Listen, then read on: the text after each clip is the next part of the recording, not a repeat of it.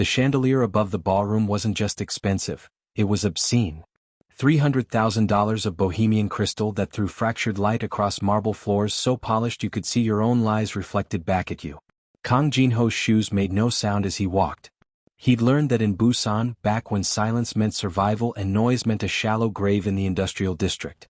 60 women. 60 families. 60 different flavors of desperation wrapped in Chanel and Dior. He didn't want to look at them, but he did anyway. That was the job. The daughter of the Hyundai executive stood third from the left, her collarbone sharp enough to cut glass. She'd been prepped for this moment since she was 14. Elocution lessons, deportment training, the kind of education that taught you how to smile while your soul leaked out through your pores. Next to her, a girl whose father owned half the shipping lanes in Southeast Asia. She had kind eyes. Jin-Ho hated that. Kind eyes didn't last long in his world. His handler had given him the files 3 weeks ago. 60 dossiers, each one a catalog of bloodlines and bank accounts. Education, international schools in Switzerland. Hobbies, charity galas and vintage wine. Languages, 4, sometimes 5. They were perfect. They were interchangeable. They were exactly what the board wanted. Jin-Ho's hand rested on his jacket button, thumb working the silk in small circles. It was a tell. He knew it was a tell. His therapist, the one the syndicate made him see after the Moscow incident, had pointed it out. You do that when you're anxious, she'd said. Jin-Ho had never gone back. The air conditioning was fighting a losing battle against the heat of 200 bodies crammed into a space meant for elegance, not efficiency. Someone had overdone it with the jasmine oil diffusers. The smell was everywhere, thick and cloying, mixing with Tom Ford and Guerlain until Jin-Ho's sinuses burned. A woman to his left, Princess something he'd forgotten her title, angled her face just so. The diamond choker at her throat probably cost more than the GDP of a small nation. Her smile was practiced, the kind that took years to perfect, where your teeth show but your eyes stay dead. Jin-Ho's gaze slid past her like water off waxed paper. To his right, the tech mogul's daughter adjusted her gown.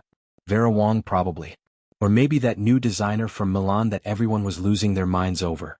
She sucked in a breath as he passed and he caught it, that tiny hitch in her throat, that microscopic moment of hope.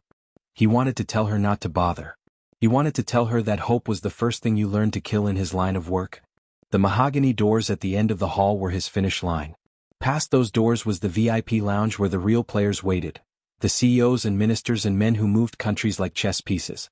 Past those doors, Jin-Ho could stop pretending he was shopping for a wife and get back to the business of managing an empire built on blood money and political favors. His neck itched. The scar tissue under his collar, the one from Osaka when Tanaka's lieutenant had gotten too close with a broken bottle, was acting up. His doctor said it was psychosomatic. Jin-Ho said the doctor could go fuck himself. 50 feet from the doors. 45. The photographers were having a field day. Flashbulbs popped like small explosions, each one burning purple spots into Jin-Ho's vision. He'd learned to hate cameras. They captured too much, revealed too much. There was a reason the old bosses never let themselves be photographed. 40 feet. Someone's perfume changed. The jasmine fog shifted, parted, and for just a second Jin-Ho caught something else underneath. Something that didn't belong. Salt. Not the refined salt you put on a 20,001 steak. Street salt. The kind that dried on your skin after you'd been caught in a summer downpour with no umbrella and no money for the subway. The kind that mixed with sweat and cheap soap. The industrial stuff they used in the public bathhouses in Yeongdeungpo where Jin-Ho had spent half his childhood trying not to freeze to death. His foot came down wrong. It wasn't much. A quarter-inch skid on marble that should have been impossible in Berluti shoes that cost 3 million won. But Jin-Ho felt it in his bones, that tiny loss of control, and his stomach dropped like he'd missed a step in the dark. He stopped walking. The silence wasn't immediate. First came the confused murmur of the crowd. Why had he stopped? Then the frantic whisper of his security detail as they tried to figure out if this was a threat. Then, finally, nothing. Just the hum of the air conditioning and the collective held breath of 60 women who'd spent their entire lives preparing for a moment that was suddenly, inexplicably going off script. Jin-Ho's neck felt wrong. Stiff. Like someone had replaced his vertebrae with concrete while he wasn't looking. He turned his head slowly, fighting against every instinct that screamed at him to keep moving, to get to those doors, to finish the job and go back to being the man who didn't stop for anything. His eyes swept past the photographers. Past Sangdae, his head of security, whose hand had already moved to his concealed weapon. past the board members watching from the balcony with expressions ranging from confusion to barely concealed rage, and landed on a girl. She was standing by the service entrance, that little doorway tucked behind a marble pillar that the help used so they wouldn't disturb the aesthetics of the wealthy. She wore a black apron that had been washed so many times the fabric was starting to pill. Her hands clutched a silver tray, and the champagne glasses on it were trembling so hard that tiny waves sloshed against crystal. Jin-Ho felt something in his chest lurch sideways. Her eyes were too wide. The pupils were blown out, swallowing up the brown gold of her irises until they looked like holes punched into her face. A strand of dark hair had escaped from her bun and stuck to her forehead, which was damp with sweat or fear or both. The scars on Jin-Ho's back started to burn. All of them. The one from the bottle in Osaka. The two from the knife fight in Shinjuku.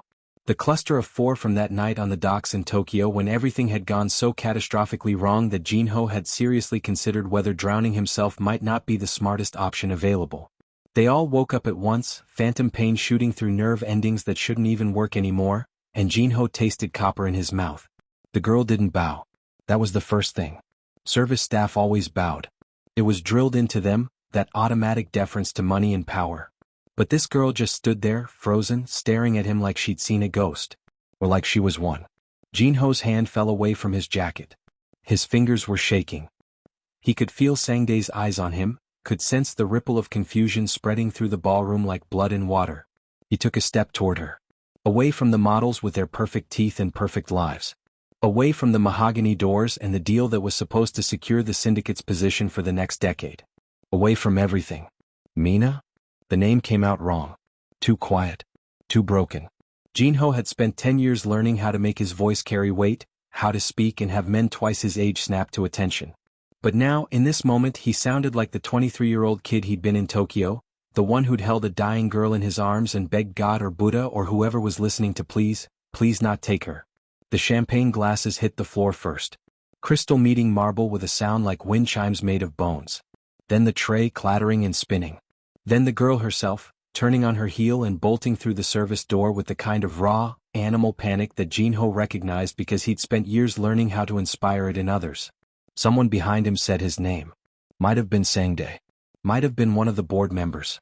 Jin-Ho didn't care. The world had narrowed to a single point, that swinging service door and the girl disappearing through it. He moved. Sangdae reached for him. Peacekeeping instinct, probably trying to keep the boss from doing something catastrophically stupid in front of 200 witnesses, and Jin-Ho's elbow caught him in the ribs without thought. The crack echoed through the ballroom, sharp and definitive. Sangdae grunted, stumbled back and Jin-Ho was already past him. The service door slammed into the wall hard enough to dent the plaster. Jin-Ho barely registered it.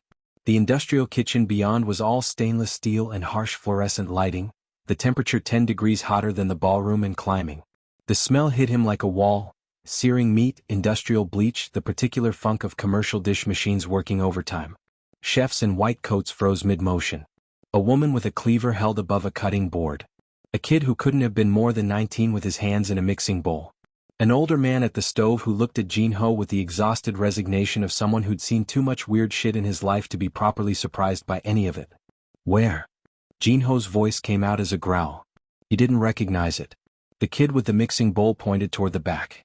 His hand was shaking, flour dusting his knuckles like snow. Jin-Ho ran. His shoes, those stupid, expensive, completely impractical shoes, slipped on the greasy tile. He caught himself on a prep station, sending a tray of garnishes flying. Parsley and lemon wedges scattered across the floor like confetti. The back door was heavy steel, the kind with a push-bar release. Jin-Ho hit it at full speed, and the door exploded outward into the alley beyond. Seoul in the rain was a different city entirely. The kind of rain that came down in sheets, turning the world into a watercolor painting where all the edges bled together. Neon signs from the street beyond reflected in puddles, red and blue and pink smearing across wet asphalt. The alley was narrow. Dumpsters lined one side, their lids closed against the weather.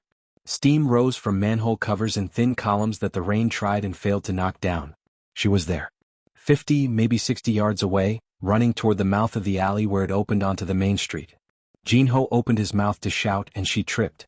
It was almost comical, her foot catching on a wooden crate someone had tossed beside a dumpster, her body pitching forward with no grace at all. She hit the pavement hard, knees first, and Jin-Ho heard the impact even over the rain. She didn't scream. That was the second thing. No cry of pain, no call for help. She just scrambled back to her feet, her hands sliding in something dark and wet that Jin-Ho didn't want to think about too hard. Wait. His voice echoed off the alley walls, bouncing back at him mockingly. She reached the end of the alley and turned the corner without looking back. Jin-Ho's lungs were burning by the time he reached the street. The Myeongdong shopping district on a Thursday evening was chaos at the best of times. Tourists and locals mixing in a river of umbrellas and shopping bags and the endless, numbing advertising jingles that played from every storefront. Now, in the rain it was worse. Everyone hunched over, moving faster, trying to get wherever they were going before they got completely soaked. He scanned the crowd, turning in a slow circle. Looking for the black apron, the dark hair, any sign of... nothing. She was gone. Jin-Ho stood there, his suit soaking up rainwater like a 3,000,001 sponge, and felt something inside him crack. His phone was in his hand before he'd consciously decided to take it out. Muscle memory. The thing he did when situations went sideways and he needed to take back control. Sangdae. The call connected on the second ring. Sir, the investors are asking questions. The merger presentation is supposed to start in Seoul the district. Jin-Ho's voice was flat. The voice he used when he was done negotiating. Every camera feed within 10 blocks. I want her name, her address, her blood type, her shoe size, everything. Silence on the other end. Then, sir, we're in the middle of... burn the merger. What? You heard me. Burn it. Kill it. Tell them I had a stroke. Tell them I converted to Buddhism and I'm going to Tibet to find myself. Tell them whatever the fuck you want, but get me that information. Jin-Ho. Sangdae's voice dropped to barely above a whisper. What's going on? Jin-Ho looked down at the puddle at his feet. Something silver caught the light, half submerged in the dirty water. I found her, he said and ended the call. The locket was small. Tarnished. The kind of cheap silver that turned your skin green if you wore it too long. The hinge was broken, hanging by a thread of metal that looked ready to snap completely. Jin-Ho knelt down. The cold water soaked through his pants instantly, numbing his knees. He picked up the locket with fingers that felt like they belonged to someone else. Inside was a photograph. Grainy, faded, the kind you got from those photo booths and subway stations that cost 500 won. A boy's face stared back at him, maybe 7 or 8 years old, gap-toothed and grinning like he didn't know yet that the world was going to chew him up and spit him out. Jin-Ho's heart wasn't beating. It was slamming against his ribs like it was trying to escape. Like it knew something his brain hadn't caught up to yet. The boy in the photo was him. He would have recognized that stupid smile anywhere. His mother used to say he looked like a rabbit when he smiled like that, all teeth and no sense. She died when he was 9. Liver failure. Too much cheap soju and not enough medicine. Jin-Ho turned the locket over in his hands looking for, what? A maker's mark? An inscription? Some clue as to why a dead girl was carrying around a photo of him as a child? That's when he felt it. The cold circle of metal pressing against the base of his skull. Don't turn around, boss. Park's voice. Dry, scratchy like sandpaper on concrete. Park, who'd been with the syndicate for 15 years. Park, who handled the disposals, the problems that needed to disappear permanently. Jin-Ho didn't move. Rain ran down his forehead, got in his eyes. He blinked it away. You're making a mistake, Park. The mistake was stopping for a waitress. The gun pressed harder. Jin-Ho could feel the perfect circle it made against his skin, cold metal that would be the last thing he ever felt if Park decided to pull the trigger. The board thinks you've gone soft. They think the ghost of Tokyo is finally catching up to you. The hammer clicked back. In the ambient noise of the city, traffic, rain, the distant wail of a siren, that tiny mechanical sound was deafening. Jin-Ho closed his eyes. Behind his eyelids he saw her face again. Not the girl from the ballroom. The real Mina. The one from Tokyo. The way she'd looked at him on the pier, blood on her lips, her hand clutching his so hard her knuckles went white. Is she alive, Park? Pause. Long enough that Jin-Ho almost thought the other man wasn't going to answer. She was supposed to be a message, Park said finally. A reminder of what happens when you let your guard down. But you made it too easy. Jin-Ho didn't think. Thinking would have meant hesitation, and hesitation would have meant a bullet in the brainstem. He dropped his weight, letting gravity do the work, and spun on his heel. His hand shot out, pure muscle memory from 100 street fights in his 20s, and caught Park's wrist. He twisted, sharp and vicious, and felt the bone give way. Not a clean break. A compound fracture, the kind where you could feel things grinding against each other that weren't supposed to touch. The gun went off. The sound was enormous, echo bouncing off alley walls and probably shattering someone's eardrums. Jin-Ho saw the muzzle flash, felt the heat of it, and then the bullet was ricocheting off brick somewhere to his left. Glass exploded. The storefront window maybe. People would be calling the police. Jin-Ho had maybe 3 minutes before this whole thing went from bad to catastrophically worse. Park screamed. High-pitched, almost feminine. The sound of a man who wasn't used to being on the receiving end of violence. Jin-Ho silenced him with a headbutt. He felt Park's nose break against his forehead, felt the warm spray of blood that immediately got washed away by the rain. Park went down hard, sprawling into a pile of trash bags that split open under his weight. Jin-Ho didn't stop. He stepped forward, 1 foot on Park's throat, pinning the man to the wet concrete. Park's eyes were wide, blood bubbling at the corners of his mouth. Who sent her? Jin-Ho leaned down. His voice was quiet now. Conversational. Who put her in that ballroom? Park gurgled something. Jin-Ho eased the pressure slightly, just enough to let him breathe. She isn't a message, Jin-Ho. She's the bait. Bait for what? Park's lips moved, trying to form words. But before he could get them out, Jin-Ho heard the sound of tires on wet asphalt. Moving fast. Too fast. He looked up. The black sedan came around the corner like it had been shot from a cannon. Windows already rolling down. Jin-Ho saw the barrels before he heard the sound. 3, maybe 4 submachine guns, the kind you could get on the black market in Incheon for the right price. He moved. Behind the dumpster, hitting the ground hard enough to knock the air from his lungs. Above his head, the brick wall disintegrated into red dust and fragments. The noise was incredible, not individual shots but one continuous roar that seemed to go on forever. When it finally stopped, Jin-Ho's ears were ringing so hard he couldn't hear anything else. He looked toward where Park had been. Park was gone. Or at least the parts of Park that mattered were gone. What was left wasn't worth thinking about. Jin-Ho pulled his own weapon from his waistband. A Glock 19. 15 rounds. He'd modified it himself, lighter trigger pull, custom grip. The Syndicate's armorer had bitched about it for a week, said he was ruining a perfectly good weapon. Jin-Ho had told him that a weapon you couldn't trust was worse than no weapon at all. He counted to 3 in his head. Forced his breathing to slow. His hand was steady. That was good. Shaky hands got you killed. He leaned out from behind the dumpster. The sedan was still there, engine idling, waiting to see if they needed to make another pass. Jin-Ho didn't give them the chance. 4 shots in rapid succession. 2 front tires. The driver's side window. 1 through the engine block for good measure. The car lurched, swerved, and slammed into a parked van hard enough to crumple both vehicles. Jin-Ho didn't wait to see if anyone got out. He was already running, deeper into the maze of back alleys that made up this part of the city. His mind was racing faster than his feet. If they had Mina, if she was really alive, then everything he'd believed for 10 years was a lie. And if she was the bait, then someone had spent a decade setting this trap, waiting for the exact right moment to spring it. The safe house was 3 blocks away. Jin-Ho had bought it 4 years ago under a shell company that couldn't be traced back to the Syndicate. Just a cramped apartment above a 24-hour laundromat, the kind of place where nobody asked questions and everyone minded their own business. He took the stairs 2 at a time, his wet shoes squeaking on linoleum. Inside, the smell hit him immediately, dryer sheets and stale cigarette smoke and the particular funk of a building that never quite got dry. Jin-Ho stripped off his jacket and threw it on the floor. The lining was ruined, probably. 3,000,001 soaking in a puddle of rainwater and blood. He'd have worse problems if he didn't figure this out.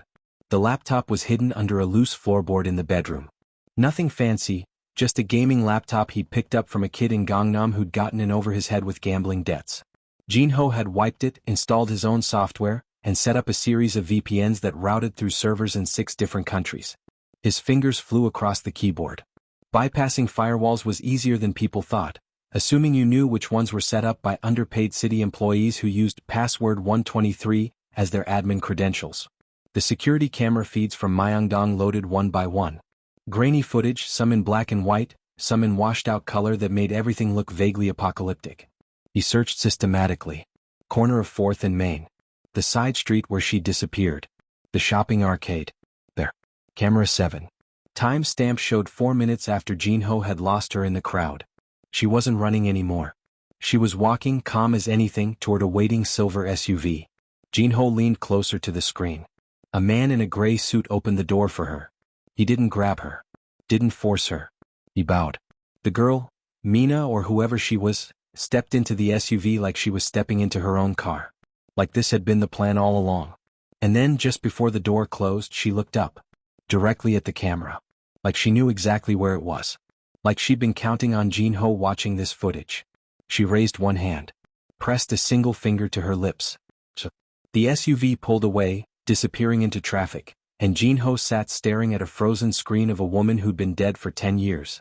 Dawn came slowly, like the city was reluctant to face what another day might bring.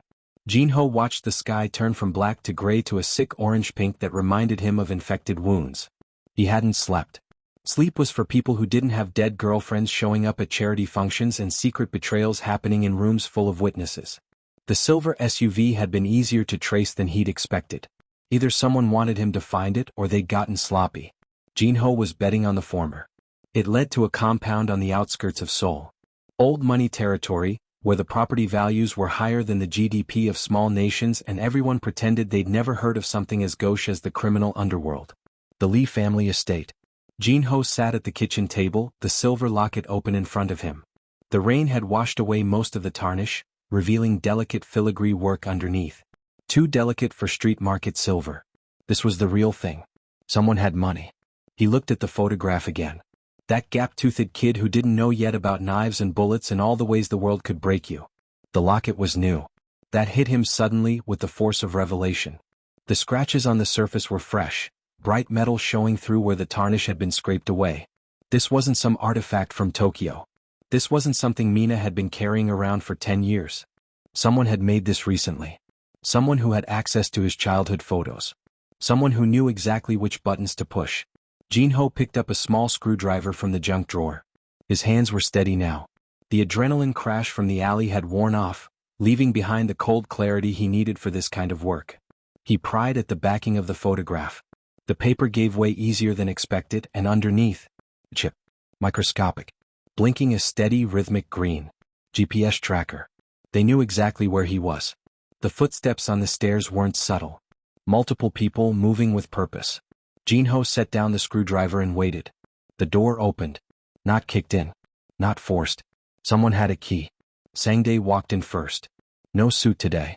He was wearing tactical gear, black on black, a rifle slung over his shoulder in a way that suggested he knew how to use it. Behind him, 3 more men Jin-Ho recognized from security detail. All armed. All looking at him with the kind of professional detachment that meant they'd already made peace with what was about to happen. The board held a vote, sir. Sang-dae's voice was thick with something that might have been regret if Jin-Ho was feeling generous. They decided the merger with the Lees was more profitable than your loyalty. Jin-Ho didn't move. And Mina? She was the price of admission. Sang-dae shifted his weight and the rifle moved slightly. The Lees wouldn't sign unless they could prove they had something you wanted more than power. The pieces were starting to fall into place. Slowly. Painfully. Like teeth being extracted without anesthesia. Jin-Ho stood up. Slowly. No sudden movements. His gun was still in his waistband, but 4 against 1 with rifles wasn't math that worked out in his favor. She's not Mina, is she? Sang-dae shook his head. She's her sister, Jin-Ho. Anna. Mina's younger sister.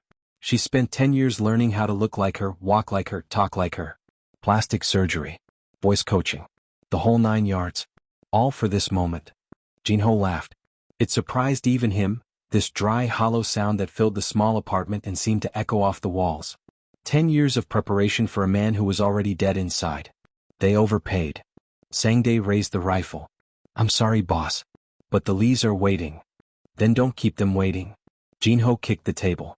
The heavy wood, solid oak, the kind that landlords never bothered to replace because it was too much work, slammed into Sang-dae's knees. The big man went down, his rifle clattering across the floor. Jin-Ho didn't go for his gun. No time. Instead he grabbed the kitchen knife from the counter, just a cheap stamped steel thing that probably came from a discount store, and dived through the window. The glass exploded outward in a spray of fragments that caught the morning light and made everything sparkle like fairy dust. Then Jin-Ho was hitting the fire escape, the metal screeching under his weight, and Sang-dae was firing from above. Bullets chewed through the metal platform, sending sparks flying. Jin-Ho didn't look back. He grabbed the ladder and slid down, his hands burning on the cold iron, and hit the alley just as the shooting intensified. The sewer entrance was right where he remembered it. Heavy manhole cover, the kind that took 2 men to lift properly. Jin-Ho got it open through sheer adrenaline and rage and threw himself into the darkness below. The stench was immediate and overwhelming. Human waste and chemical runoff and things that had been rotting in the dark for longer than Jin-Ho wanted to think about. He waded through waist-deep water that was probably 60% sewage, his lungs screaming for clean air. He knew these tunnels. He'd used them years ago, back when he was just a soldier moving contraband for the old bosses. The maps were still in his head, burned into memory through repetition and necessity. He walked for what felt like hours. In reality, it was probably 40 minutes. The darkness was absolute, broken only by the occasional maintenance shaft that let in thin columns of gray daylight. When he finally emerged, he was 3 blocks from the Lee compound. Close enough to smell the money. Far enough that the guards wouldn't immediately notice another homeless-looking guy crawling out of the sewers. The compound was everything Jin-Ho expected. High stone walls topped with razor wire. Guards with dogs patrolling the perimeter. Security cameras every 20 feet. The kind of setup that said, very clearly, we have things worth protecting and the means to protect them. Jin-Ho crouched in the shadows of a construction site across the street. His clothes were ruined. He smelled like a landfill. And he didn't have a plan beyond, get inside and find out what the fuck is actually going on. The locket was still in his pocket. Waterlogged but functional. He pulled it out, looked at the blinking green light. There was a button on the side of the chip. Small. Easy to miss if you weren't looking for it. Jin-Ho pressed it. The locket didn't explode. Didn't send an alarm.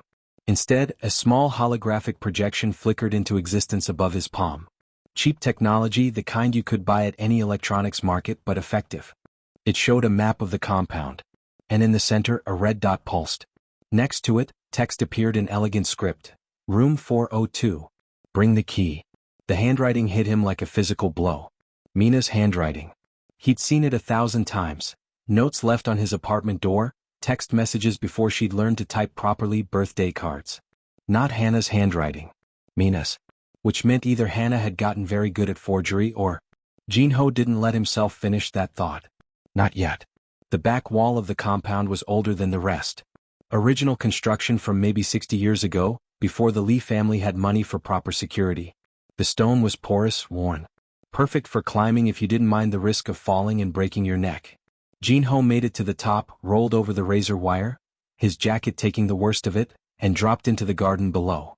The dogs should have been barking. They weren't. Jin-Ho found them a moment later. 3 of them, large breeds trained for violence, all slumped in the grass.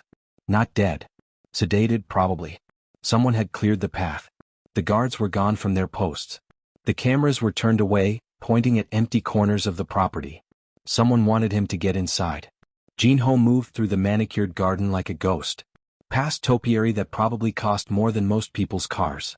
Past koi ponds where fish worth thousands of dollars swam lazy circles. Past sculptures that would have looked at home in a museum. The side window was unlocked. He slipped inside, his feet landing silently on carpet so plush it felt like walking on clouds. The interior of the Lee estate was obscene in its wealth. Gold leaf on every surface. Paintings on the walls that Jin-Ho recognized from history books. Ming vases that museums would kill for. He found the stairs. Went up. The building was silent in a way that felt wrong. There should have been servants. Guards. Someone. 4th floor. Room 402. The door was heavy oak, carved with dragons and phoenixes in traditional style. It wasn't locked. Jin-Ho pushed it open. The room was dim, lit only by a single lamp on a desk. A woman sat in a high-backed chair, her silhouette dark against the window beyond. I told you he would come. Her voice. God, her voice. She turned the chair slowly. It was the girl from the ballroom. Still wearing the white silk robe. Her hair down now, falling past her shoulders in waves that caught the lamplight. Mina? Jin-Ho's voice came out hoarse. Broken. She smiled. But it wasn't the smile from his memories. This one had edges. Sharp ones. Hannah was the one who ran Jin-Ho. I was the one who stayed. She stood up, walked toward him. Her bare feet made no sound on the carpet. She reached out, her fingers tracing the scar on his cheek. The one from Osaka, the one he'd gotten defending her from Tanaka's men. You thought the Lee family bought me? Her breath was warm against his ear. No. I bought them. Jin-Ho felt his entire world tilt sideways. 10 years. 10 years of grief and guilt and nights spent staring at the ceiling wondering if he could have done something different. 10 years of building an empire on the foundation of her death. And she'd been here the whole time. The syndicate, the merger, the board, it was all a play, Jin-Ho. I needed you to lose everything so you could finally see clearly. See what? His voice sounded like it was coming from very far away. She stepped closer. Close enough that he could smell her, jasmine perfume, the expensive kind, nothing like the cheap body spray she'd used in Tokyo. That we were never meant to be the king and the queen. We were meant to be the fire that burns the palace down. She handed him a small black device. Remote detonator. Professional grade. The key you brought? The locket? It's not just a tracker. It's the detonator for the entire compound. The board is downstairs in the conference room. The Lee family is in the dining hall. One button, Jin-Ho. And we walk away together. Just like we planned in Tokyo. Jin-Ho looked at the device in his hand. Looked at the woman who might be Mina or might be the world's most elaborate lie. Looked at the life he'd built, brick by bloody brick. We didn't plan this in Tokyo. No. Her smile widened. But we should have. Sirens. Far away but getting closer. Police or syndicate soldiers or maybe just the universe's way of saying time was up. Jin-Ho looked at the locket in his other hand. At that gap-toothed kid who died on a pier in Shinjuku along with the girl he'd loved. The man standing here now was something else. Something forged in violence and loss and 10 years of pretending he didn't feel anything at all. He looked into her eyes, Mina's eyes or Hannah's eyes or maybe it didn't matter anymore. And said, "You're right. The house never plays fair." He didn't press the button. He threw the detonator out the window and grabbed her hand. Run. They made it 3 steps before the lights died. Emergency power kicked in a second later, bathing everything in red. A voice boomed over the intercom. Mel. Older. Authoritative. The vote is unanimous, Jin-Ho. Neither of you leaves tonight. The floor began to vibrate. A low frequency that Jin-Ho felt in his teeth. The smell of gas, industrial grade, the kind used in controlled demolitions, filled the room. Jin-Ho pulled Mina close, his body a shield against whatever was coming. He didn't know if this was the end or just another twist in a game he'd never fully understood the rules to. But as the first explosion rocked the building, he realized something important. He wasn't frozen anymore. For the first time in 10 years he was finally fully awake. The fire was beautiful in the way that catastrophes often are. It climbed the walls like a living thing, turning the night sky gold and orange and a deep, arterial red. Jin-Ho dragged Mina through the rubble of the north wing, his clothes scorched, his skin blistering from the heat. Debris rained down around them. Chunks of marble and twisted metal and things that might have been priceless art before they'd been reduced to ash. They reached the perimeter fence. Beyond it, chaos. Police cars and fire trucks and news vans already setting up for the kind of coverage that would dominate headlines for weeks. Jin-Ho stopped. Looked at Mina. Her face was covered in soot, her white robe gray with ash and smoke. But her eyes were clear. Focused. Where do we go? She asked. Jin-Ho pulled out the locket. The photograph was ruined, the boy's face obscured by water damage. He pressed it into her hand. To the only place they'll never look. He turned and walked toward the line of police, his hands raised. Shoulders back. Head high. The man who'd spent a decade running was finally done running. Jin-Ho. Mina screamed behind him. He didn't look back. He saw Sangdae in the crowd, rifle up, sighting down the barrel. He saw men in suits, Lee family lawyers probably. He saw the end of the syndicate and the beginning of whatever came next. He smiled. The shot rang out. Sure. Definitive. The kind of sound that ended conversations and lives and stories that had gone on too long. Jin-Ho felt the impact. Center mass. Right where they trained Sangdae to aim for maximum stopping power. But he didn't fall. Not immediately. He had time for one more thing. He watched the shadows at the edge of the estate. A single figure running toward the tree line. Dark hair streaming behind her. White robe already discarded, black clothes underneath. Mina disappeared into the forest, and Jin-Ho finally let himself fall. The grass was cold and wet from the fire hoses. A relief after the heat. He closed his eyes and heard, for the first time in 10 years, the sound of waves on a pier in Shinjuku. Not a roar. Not a scream. A lullaby. The Korean Mafia boss had ignored 60 models. He'd ignored an empire built on blood and money and all the compromises that came with power. But he'd stopped for the only thing that was ever real. And in the end that was enough.